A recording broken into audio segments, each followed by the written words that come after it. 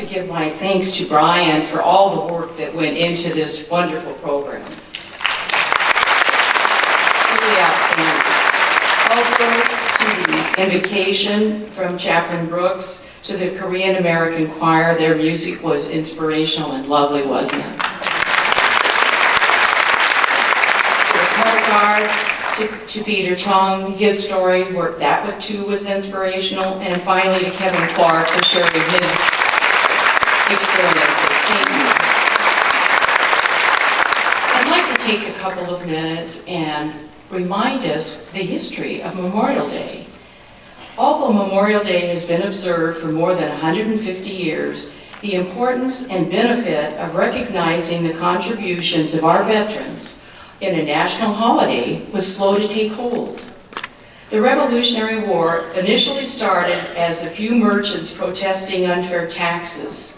But over months and years, that protest evolved into a recognition that there are basic human rights.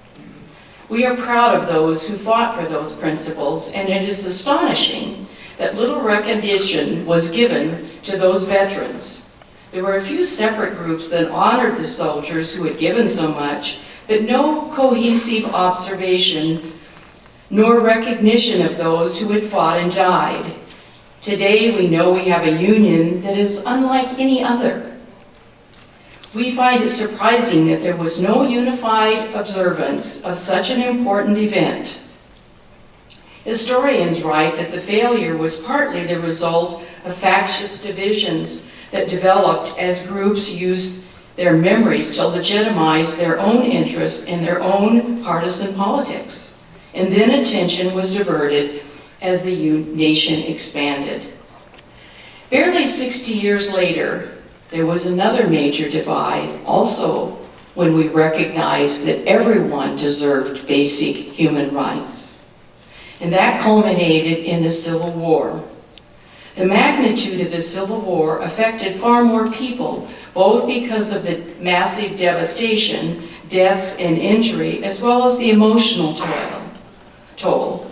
We know that Decoration Day, which was the original term for honoring veterans, definitely arose from the Civil War, with events that occurred as people chose to express their grief.